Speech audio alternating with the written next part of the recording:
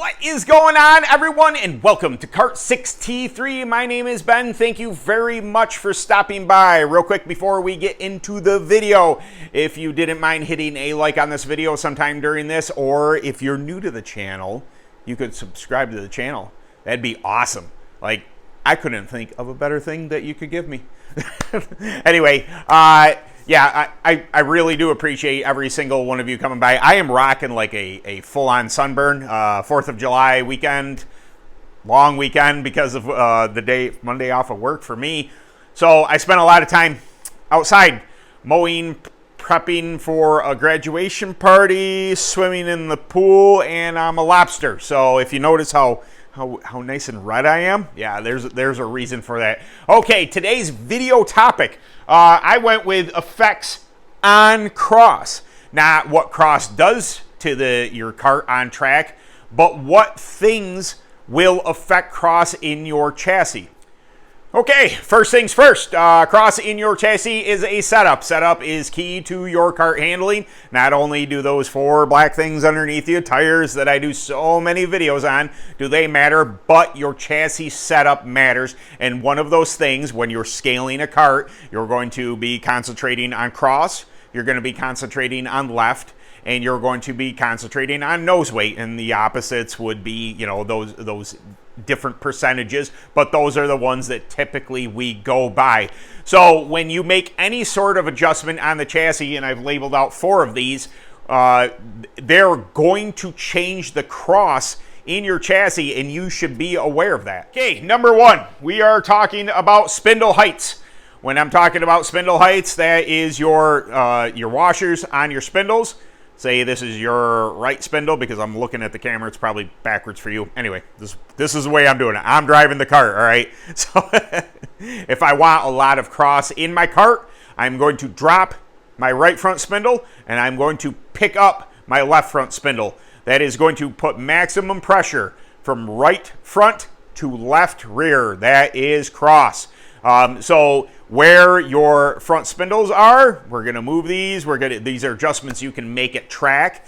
But keep in mind, you know, anytime you move stuff, the whole concept of this video is, say you scaled at home and I got all my numbers right. Well, then when you get to the track and you start making adjustments for the track surface, which is fine, you should know that these things are going to have an effect on cross. Now, with current model chassis, I've said it a billion times on here, getting off the right rear will either make you tight or loose, or getting on or off the right rear will either make you tight or loose. If I want to be freer, I'm going to increase my cross to get off my right rear. That's just how I see fit. You can label it the right front, more pressure on the right front if you would like, if that's easier for you to understand, but I always just consider it on the right rear. So the more you're on the right rear, the tighter you're going to be. The more cross you put in, you're going to get off that right rear and onto your left rear in the other tires, and your right front for that matter, and be able to free up the chassis. Number 2 is camber. If you are going to play with camber at the track, which is very possible, I have done just that. So again, we're talking about, you know, your right front and your left front. Again, because this is me, but we're going to turn these out. If you tip this up, it is going to take cross out. It is going to take pressure off this left rear. Just sitting still, and then as you roll into the turn, your right front is going to be tipped up. This is negative camber, and as you roll into the turn, your kart is going to lean and pick up that left rear quicker. Now, the further down you go with it, it's going to keep that left rear planted and increase the cross in the chassis. Kind of same, you know, just the opposite reaction with the left front. Normally, we either run them flat or we're going to tip them down in a positive manner a little bit. And any adjustment to that is either going to get onto the right rear. Now, this left front camber, I should probably do a video on that. When you turn in, if this is down too much, if this has too much positive camber, it's going to jump on your right rear really quick. And that is going to either do, you know, good or bad things for your kart, but is going to get on your right rear, so that possibly in an entry type scenario, it possibly could turn and make the kart bite better getting into the turn. But as a whole, when you're just sitting there, if you were to put this down, you're going to plant that right rear, you're effectively taking cross out of the chassis. Hope that made sense. Okay, on to the next one. Okay, for the third one, we're going to talk weight percent. Now, this is a generalization, but if you're at track and you are moving around, say, lead weight or your seat, that is, your body is going to be the biggest lead weight you have, you know, wherever you move. I'm definitely am doing a video sooner or later on chassis and where your seat placement is and what matters the most, where that moves. And we might even, you know, like get on the scale and move the seat to see how much it shifts. I can tell you your butt means the biggest difference than your shoulders do, at least in my case. Maybe I'm a little bottom heavy. I don't. Anyway, so if you're at the track and you're just like, oh man, I need more left side weight, and you move that left side weight, you know, put a 5-pound puck, a 10-pound puck on your left side, that is changing your cross percent. If you're loading, especially towards the left rear, you're increasing the cross. Therefore, you may think that you're driving your left rear into the ground, which you are. You're also taking cross out of the cart, or I'm sorry, applying cross to the cart, which in whole, if we're talking about the, you know, modern day chassis, is going to get off the right rear. So it's actually going to free the cart, which is, it's kind of weird to think about, because you think the harder you would plant your left rear, the better drive off it's going to have. You know, it may in some cases, but as a whole, as a, you know, you're scaling your chassis.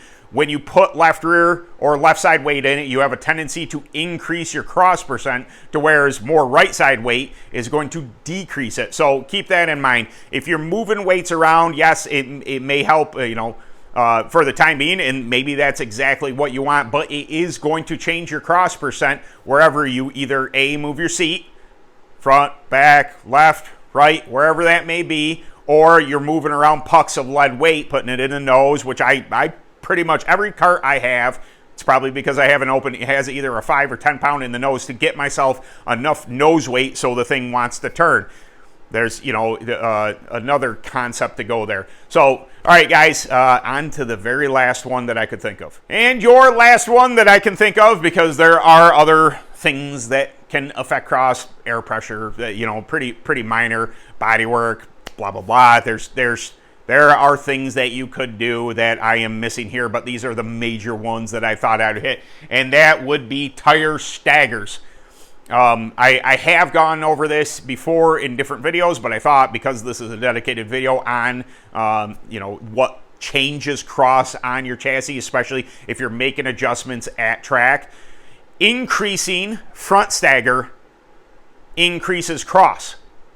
Increasing rear stagger decreases cross, and vice versa. There you go, guys. I thought this was, you know, not so much of what cross does to a cart in the corner, but what things you're going to be doing to the chassis at track that might affect your cross percentages. So if you go, you set everything up, say you go to the track, you got 59 left, I got 67 cross, I got 45 nose, and you go there thinking that doesn't change if you're moving stuff, you're incorrect.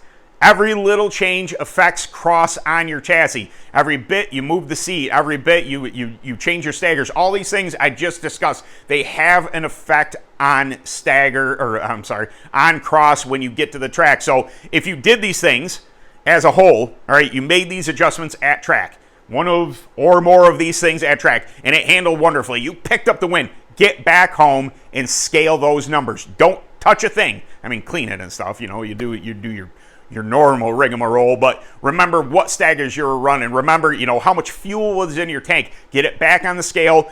Get those numbers so you know next time you go to the track that you can put those numbers directly on there and know that is a good base to start from. I was fast that last time. Put that back on there. It'll give you a fighting chance next time. So, all right, guys, throat's getting a little dry. I kind of rambled on there for a little bit. I actually brought my water this time, and I didn't take a drink because I'm so used to not having it within arm's reach. I'm a hot mess. All right, guys. So I really do appreciate you all coming by. I can't thank you enough, and we'll see you in the next video. Later.